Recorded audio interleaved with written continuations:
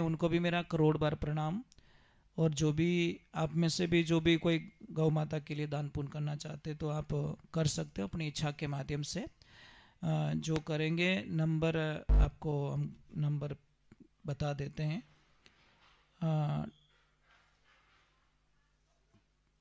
Number हम बता देते हैं आपको 7742062443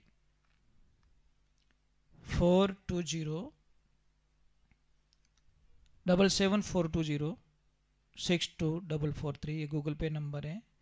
जो भी भक्त लोग चारा के लिए कल गाय माता के दरबार में लापसी भी बनाई जाएगी, उनको प्रसाद भी जमाया जाएगा।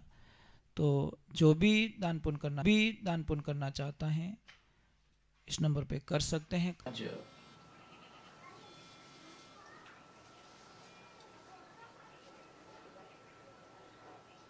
पवित्र अमावस्या के उपलक्ष्य में प्रार्थना करने और निवेदन करने की हमारी प्रार्थना स्वीकार करें। और मैं भगवान से प्रार्थना करता हूँ कि आप सब अच्छे होंगे, स्वस्थ होंगे, आपका पूरे परिवार खुशियों के माध्यम से प्रभु की कृपा से, गौ माता की कृपा से आनंदमय होंगे।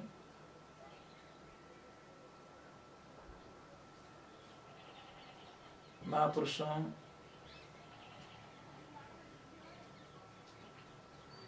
कल दान पुण्य करते हैं और इस ऊपर दान पुण्य का बड़ा महत्व बताया गया है।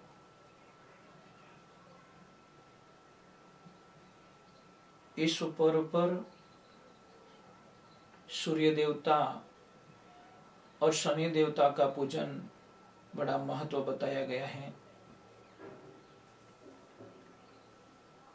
पूजन कैसे करें, किस विधान से करें। संसार के अंदर कोई भी पूजन हो, कोई भी उपवास हो, कोई भी दान पुण्य हो, आस्था और विश्वास पे काम करता है।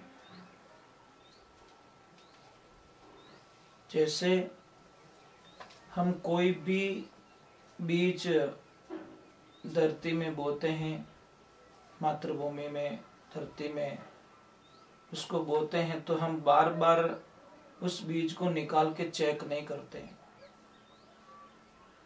कि ये बीज अंकुरित हुआ कि नहीं हुआ। अगर हम लोगों ने उस बीज को बार निकाल दिया, बार मिट्टी हटा दी, विश्वास नहीं है ये उगेगा कि नहीं उगेगा, बाहर निकलेगा कि नहीं निकलेगा, पौधा होगा कि नहीं होगा, तो शायद मुझे नहीं लगता कि वहां पौधा निकल सकता है और उस पौधे का फल हमको मिल सकता है। ये जो भी साधनाएं होती है, ये आस्था और विश्वास का एक प्रण होता है लोगों को। उसके नियम से अगर कोई भी विश्वास करे तो शायद इसमें कोई अच्छा रिजल्ट मिल सकता है।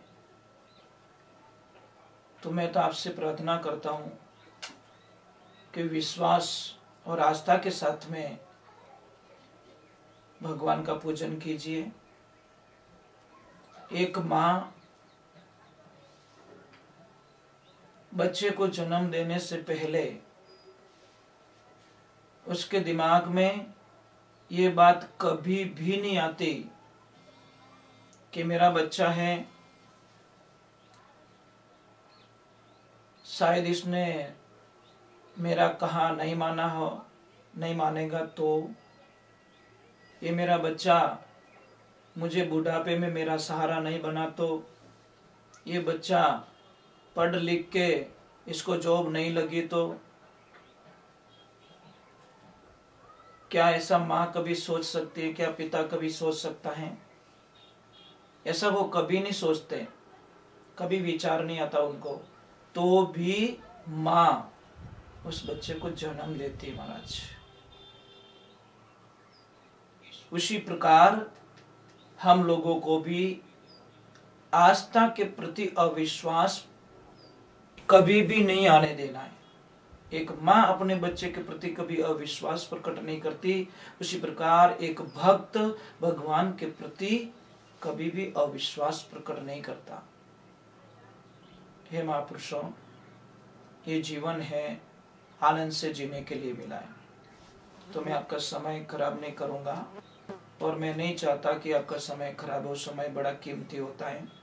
गौ माता को गुड़ देना, गौ माता को चारा देना, गौ माता के लिए लापसी बनाना, ये अति उत्तम दान पुण्य है। कोई गरीब को दान करना, कोई भी गरीब आपके द्वार पे आए तो उसको खाली मत भेजना। कभी कभी हम लोग गुस्से में उसको भेज देते हैं तो थोड़ा तिरस्कार हो जाता। आदमी 3 कारण ही आपके पास में आएगा भाव से। एक तो आपके भाव अच्छे होंगे, प्रेम होगा, तो कोई भी आदमी पास में होकर निकलेगा तो 1-2 मिनट के लिए विचार करेगा कि चलो ना, मैं 2 मिनट इधर आया हूँ, इस गांव में आया हूँ, तो उन भाई से मिल के निकलूं या बहन से मिल के निकलूं, क्योंकि आपके भाव अच्छे हैं, आदर है। मेहमान के प्रति आप आदर रखते हो, भाव रखते हो। कई लोगों की आदत होती है निकलते हुए बुला देते, चलो चाय पीने, पी के जाओ। ऐसे आदर होना चाहिए, ऐसे भाव होना चाहिए। तो प्रथम चीज है, या तो आदमी आपके पास में भाव से आएगा या फिर अभाव से, या फिर उसकी कोई न कोई कमी है। अभाव मतलब कमी है, उसको विश्वास है कि आपके पास जाऊंगा तो वो कमी पूरी हो सकती है। कई लोग बड़ी आशा करके किसी के पास पैसे मांगने के लिए जाते हैं, और सामने वाले भी बहुत अच्छे होते हैं, जितनी होती उतनी उसकी मदद कर लेते हैं और उसका काम निकाल देते हैं। कई बार हमने देखा है कि एक आदमी पैसे मांगने के लिए आता है, फिर दूसरी बार आता है, फिर अगले को थोड़ा अविश्वास हो जाता है कि अगले पैसे भी मुझे दिए नहीं है। परंतु महाराज, हो सकता है तीसरी बार सच में उसको मुसीबत थी, हॉस्पिटल में कोई भर्ती था या कोई प्रॉब्लम में आ गया, तो उस वक्त में अगर हमने मना कर दिया तो हमारा किया सारा पुण्य नष्ट हो जाता है। क्योंकि 2 बार ऑलरेडी हम उसको सहायता कर चुके, तीसरी बार अविश्वास होने के कारण पहले के पैसे नहीं लौटाए, और फिर हमने थोड़ा उसको मना कर दिया कि नहीं, मैं तुझे नहीं दूंगा। हो सकता है तो थोड़ी जानकारी लेकर आपको पूरा विश्वास हो जाए तो उसकी सहायता जरूर कीजिए। हो सकता है 100, 500, 1000, 5000 उसकी जान, किसी की जान बच सकती है। कभी कभी 100 रुपए भी बहुत बड़े काम कर लेते हैं। इसीलिए भाव, अभाव, और तीसरे नंबर कोई आदमी आता है प्रभाव से। हो सकता है प्रभाव का मतलब होता है कि आपके पास जाऊंगा, उनके पास जाऊंगा, और प्रभाव के कारण उसका काम हो जाएगा, नाम मात्र से काम हो जाता है।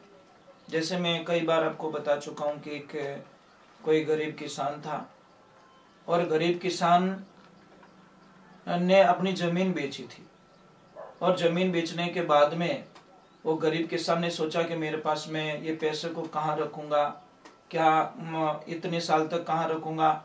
उसको एक विश्वास था, सेठ जी के पास में ले जाके जमा करा दिया, और उन्होंने बोला कि सेठ जी, मुझे आपके पूरा भरोसा है, जब मेरे बच्चों की शादी होवे तब ये पैसा मुझे वापस देना, क्योंकि मेरे पास खर्च हो जाएगा, मैं मेरी दिनचर्या कैसे भी निकाल दूंगा, खर्चा निकाल दूंगा। वक्त गुजर गया, बच्चे शादी के लायक हो गए, शादी की तैयारियां, शादी पक्की हो गई। अब वो सेठ जी के पास में जाता है, और सेठ जी को जाके बोलता, सेठ जी राम राम। सेठ जी ने बोला, भाई राम राम। कि सेठ जी, अब मुझे उन पैसों की आवश्यकता है जो पैसे मैंने आपको दिए थे। सेठ जी ने तुरंत जवाब दे दिया, भाई कौन हो तुम, कहाँ से आए हो, किस बात के पैसे, क्या प्रूफ है तुम्हारे पास में। कि सेठ जी, मेरे पास कोई प्रूफ नहीं है, मेरे पास सिर्फ आपका विश्वास ही मेरा एक प्रूफ था, या भगवान साक्षी है। मेरा कोई साक्षी नहीं है। सेठ जी ने बोला यहाँ पे कोई पैसे नहीं है और कोई 1 रुपया तू मेरे मांगता नहीं है। उसने सोचा कि अब मरने के अलावा कुछ भी नहीं रहा। जैसे ही वो वापस घर की तरफ निकलने लगा, सामने एक आदमी मिलता है। उसने बोला इतना तू निराश क्यों है? तो उस आदमी ने बोला क्या करूं, मैंने आज से 20 साल पहले सेठ जी को पैसे दिए थे और सेठ जी ने आज मना कर दिया कि कोई पैसा नहीं दिया तूने, कोई साक्षी नहीं है, कोई वैसा नहीं है। तो उस आदमी ने बोला एक काम हो सकता है, इस नगरी का जो राजा है ना बड़ा प्रभावशाली है, जा और वो दयालु भी है, वहां पे जा और आपकी आप बीती वहां पे बताओ, आपका काम हो जाएगा। तो जैसे ही वो राजा के पास में जाता है और राजा को जाके बोलता है राजन ऐसी बात हो गई है। राजन ने बोला कोई बात नहीं, आप चिंता मत करो, आपका काम हो जाएगा। उसको बड़ी खुशी मिली। आपको करना कुछ नहीं है, आप कल एक उस दुकान पे जाके खड़े रह जाना, बोलना कुछ नहीं, सेठ से पैसे भी नहीं मांगना है और कुछ भी नहीं करना है। तो आपको एक बात अवश्य ध्यान रखनी है, जहां पे खड़े रहोगे वहां पे उसी रास्ते मेरी यात्रा निकलेगी, उसी रास्ते मेरी यात्रा निकलेगी और उसी रास्ते यात्रा निकलने के कारण मेरा रथ जैसे ही वहां पे आएगा, मैं आपको तुरंत ही आवाज दूंगा कि भाई तुम तो मेरे बालपने के मित्र हो, तुम वहां क्यों खड़े हो, आओ मेरे रथ में बैठो। कुछ नहीं करना, आपको आके मेरे रथ में बैठना है, बोलना भी कुछ नहीं है और रथ आगे रवाना हो जाएगा। जैसे ही गए, राजन ने वही आवाज दी, अरे रोको भाई, रथ रोको, मेरा बालपने का सखा है, मेरा मित्र है, वो वहां खड़ा है, अरे भाई आजा तू आजा। जैसे आया, राजन के पास में बैठाया और बैठा के राजन आगे की तरफ चल दिए। ये दृश्य सारा सेठ जी देख रहे थे। सेठ जी ने सोचा कि इस आदमी की बहुत बड़ी पहचान है, राजा से पहचान है, और ये बात अगर राजा को बता ली तो मेरा तो पूरा भंडा फोड़ हो जाएगा। तो जैसे वो आदमी घर नहीं पहुंचा, उससे पहले तो सेठ जी ने सारे पैसे ब्याज के सहित ले जाकर उसके घर पे दे दिया और उसको घर वालों को बोला कि भाई उसको बोल देना कि सारे पैसे मैंने दे दिए, पर ये बात राजन को ना बताए। तो ये हुई प्रभाव की बात। अभाव, प्रभाव और भाव, ये 3 पॉइंट होते हैं। इसलिए कोई भी आए तो उसका अनादर ना करे, होए उतना सत्कार करे, क्योंकि आज उसके दिन बुरे हैं, हो सकता है कल वो बहुत बड़ा आदमी बन जाए और हमारी कोई बुरी स्थिति बन जाए तो वो चीज उसको हम याद दिला सकते हैं, वो याद रखेगा। बुरे वक्त में कोई काम आता नहीं, इंसान कभी भूलता नहीं है, ठीक है, बीच बीच में वो भूल जाता, कभी ऐसी बात नहीं होती। तो हम कहते हैं कि प्रभु आप अच्छे रहोगे और कोशिश कीजिए कि विष्णु सहस्त्र नाम और नारायण कवच का आप पाठ करना। दान पुण्य में भाव होना चाहिए, ये मैंने आपको बता दिया है। और भगवान को ये जरूर बोलना कि मैं दान कर रहा हूं, मुझे इस लायक आपने बनाया, इस लायक आपने मुझे जो बनाया है, ये मेरा अहोभाग्य कि मैं दान पुण्य कर सक रहा हूं। इस लायक भी महाराज बहुत लोग होते हैं ना जो दान पुण्य करते नहीं, उनका अहोभाग्य होता है। और